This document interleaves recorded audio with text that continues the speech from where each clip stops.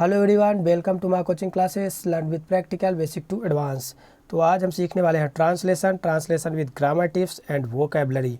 ठीक है, तो चलिए स्टार्ट करते हैं। सबसे पहले हमारे पास सेंटेंस है, मैं कल अपने माता पिता के साथ बाज़ार जा रहा था। तो मैं अपने माता पिता के साथ बाज़ार जा रहा था। I was going to the market with my parents yesterday. ठीक है, तो I was going to the market किसके साथ? माता पिताजी के साथ। एस्टरडे मतलब कल। ठीक है, तो आपको पता होगा अगर टेंस पहचानना हो, रहा था, रही थी, रहे थे, कौन सा टेंस होता है? पास्ट कंटिन्यूअस टेंस है। क्लियर है। उसके बाद सेंटेंस अफर्मेटिव हो तो सब्जेक्ट से स्टार्टिंग होगी, उसके बाद वर्ब होगी, उसके बाद ऑब्जेक्ट आएगा, अदर वर्ड आएगा। तो आई वाज गोइंग, आई के साथ वाज का प्रयोग किया जाता है। I was going to the market. याद रखना यहाँ पे जो टू लगा हुआ है ये जहाँ तक के लिए जाते हैं, कोई जिस स्थान के लिए जाते हैं, डायरेक्शन के साथ साथ जिस स्थान तक जाते हैं उसलिए प्रीपोजिशन का प्रयोग किया जाता है। कम के साथ, गो के साथ यहाँ पे टू का प्रयोग किया जाता है। तो I was going to the market किसके साथ? With my parents. किसके साथ? के साथ के लिए प्रीपोजिशन विद का प्रयोग किया जाता है। माता पिता के साथ, यहाँ पर अगर माता के साथ अकेले होता तो पेरेंट लगता, पिता के साथ अकेले होता तो पेरेंट लगता, लेकिन माता पिता दोनों के साथ है इसलिए पेरेंट्स लगेगा। क्लियर है। और टाइम को एकदम अंत में रखा जाता है इसलिए यहाँ पे आपका एस्टरडे लगा हुआ है। तो I was going to the market with my parents yesterday. Clear है। दूसरा सेंटेंस है क्या? रास्ते में मेरा एक घनिष्ठ मित्र मिला। ठीक है, तो कहाँ मिला है? रास्ते में। तो रास्ते में एक घनिष्ठ मित्र मिला, अर्थात ये अगर टेंस पहचान की जाए तो पास्ट का इंडेफिनिट टेंस है। कौन सा है? पास्ट का इंडेफिनिट टेंस है मिला, अर्थात था, ती थी, ते थे, ऐसा कुछ हो, या फिर आ ई ऊ ए ना, ऐसा कुछ टेंसेज हो तो वो पास्ट इंडेफिनिट टेंस कहलाता है। ठीक है, और आपको पता था कि जा रहे थे तब अचानक कोई इनका मित्र मिला, अर्थात एक कंटिन्यूअस कार्य चल रहा था उसमें अचानक कोई घटना हो जाती है। पास्ट में कोई एक कार्य चल रहा होता है उसमें अचानक कोई घटना होती है, एक्शन होता है, तो पास्ट इंडेफिनिट की होती है। तो यहाँ पर आपका एक सेंस हो गया पास्ट इंडेफिनिट। क्लियर है। तो आप यहाँ पे देख रहे हैं रास्ते में, रास्ते में जो होता है इन द वे नहीं होगा भैया, ऑन द वे होता है। क्लियर है। On the way, on the way, रास्ते में, कॉमा, ये एक फ्रेज था इसलिए यहाँ पे अलग हो गया ये, ऑन द वे, रास्ते में। I met a close friend of mine. I met, मैं मिला, ए क्लोज फ्रेंड, एक घनिष्ठ मित्र से, ऑफ माइन मतलब मेरे, मैं अपने घनिष्ठ मित्र से मिला।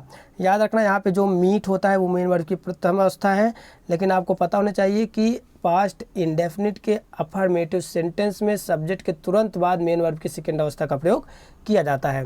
पास्ट इंडेफिनिट टेंस के अफर्मेटिव सेंटेंस में सब्जेक्ट के तुरंत बाद मेन वर्ब की सेकेंड अवस्था का प्रयोग किया जाता है। अगर ये निगेटिव होता तो डिड का प्रयोग किया जाता, नॉट का प्रयोग किया जाता, फिर मेन वर्ब की प्रथम अवस्था का प्रयोग किया जाता, लेकिन ये अफर्मेटिव इसलिए मेन वर्ब की सेकेंड अवस्था का प्रयोग यहाँ पे किया गया है। क्लियर है। और किससे मिले हैं? एक क्लोज फ्रेंड, एक घनिष्ठ मित्र से, और किसके हैं वो? ऑफ माइन अर्थात मेरे हैं। यहाँ पे पजेसिव प्रोनाउन है। क्लियर है। फिर आगे देखते हैं, उसने मुझे अपने माता पिता के बारे में बताया। फिर से अगर टेंस पहचानोगे तो पास्ट का इंडेफिनिट टेंस है। बताया, आ ई ऊ ऐसा कुछ भी आया अंत में टेंस के तो वो पास्ट इंडेफिनिट टेंस होता है, और फिर से ये पास्ट इंडेफिनिट टेंस है। और आपको पता होना चाहिए अगर सेंटेंस की बात करें तो अफर्मेटिव का सेंटेंस है, उसने अपने माता पिता के बारे में मुझे बताया, सब्जेक्ट वर्ब ऑब्जेक्ट। तो ही टोल्ड मी, उसने मुझे बताया, अबाउट हिज पेरेंट्स, अपने माता पिता के बारे में। तो ही के बाद मेन वर्ब की सेकेंड अवस्था, फिर से यहाँ पे टोल्ड जो है वो मेन वर्ब की थर्ड नहीं सेकेंड अवस्था है। क्लियर है। क्यों? क्योंकि आपको पता है कि पास्ट इंडेफिनिट टेंस में अफर्मेटिव सेंटेंस में मेन वर्ब की सेकेंड अवस्था का प्रयोग किया जाता है। और किसे बताया? मुझको बताया, यही आपका ऑब्जेक्ट हो जाएगा। और किसके बारे में बताया है? अबाउट हिज पेरेंट्स, अपने माता पिता के बारे में बताया। क्लियर है। तो याद रखना यहाँ पे अबाउट जो है वो प्रीपोजिशन है, और कहाँ किसके बारे में? अपने माता पिता के बारे में। तो अबाउट का ऑब्जेक्टिव केस हिज पेरेंट्स है। क्लियर है। आगे चलते हैं, हम दोनों एक दूसरे के बारे में जानकर बहुत प्रसन्न हुए। फिर से हुए, आ ई ए ऊ कुछ भी आए, पास्ट इंडेफिनिट टेंस। ठीक है, तो पास्ट इंडेफिनिट टेंस है, सेंटेंस भी अफर्मेटिव का है। फिर से वही सब्जेक्ट और वर्ब का प्रयोग किया जाएगा, फिर उसके बाद अदर वर्ड का प्रयोग किया जाएगा। तो वी बोथ, हम दोनों, वी बोथ का मतलब होता है हम दोनों। प्लीज्ड, प्लीज्ड मतलब होता है खुश हो गए, प्लीज्ड मतलब होता है खुश हो गए। ठीक है, प्रसन्न हो गए। टू नो, जान करके। अबाउट, अबाउट मतलब होता है के बारे में, के विषय में। ईच अदर मतलब एक दूसरे के। याद रखना वी के साथ वहाँ पे चाहे वी सिंगुलर हो चाहे प्लूरल हो, मेन वर्ब की सेकेंड अवस्था आनी है, कोई दिक्कत है नहीं। वी बोथ प्लीज, हम दोनों खुश हो गए।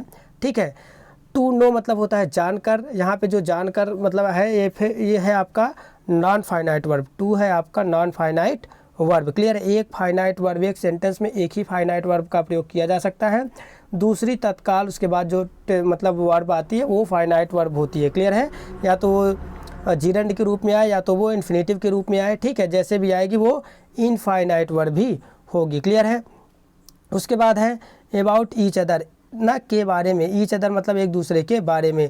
अगर दो लोग हैं अर्थात उसका एक मित्र है और वो खुद है, तो दो लोगों के बीच में अगर वो मतलब आपस में जानकर खुश हुए हैं, इसलिए हाँ ईच अदर। अगर दो या मतलब दो से अधिक लोग की बात की गई होती, ठीक है, मतलब कई लोगों से मिलकर एक दूसरे से मतलब कोई एक लोग किसी दूसरे लोग से मिले, लेकिन यहाँ पे एक दो लोग ना हो, यहाँ पे 2 4 5 10 लोग हों या हज़ारों लोग हों, तो वहाँ पे अनदर का प्रयोग किया जाएगा। लेकिन एक दूसरे से लोग मिल रहे हैं और वो केवल दो ही लोग हैं, तो वहाँ पे ईच अदर का प्रयोग किया जाएगा। क्लियर है।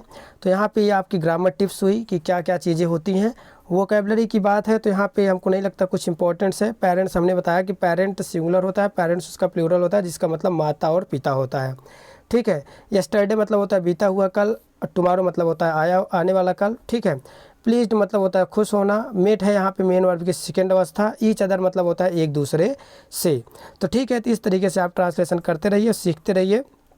और नेक्स्ट वीडियो को अब आपसे अगले नेक्स्ट वीडियो मिलेंगे, तब तक के लिए धन्यवाद।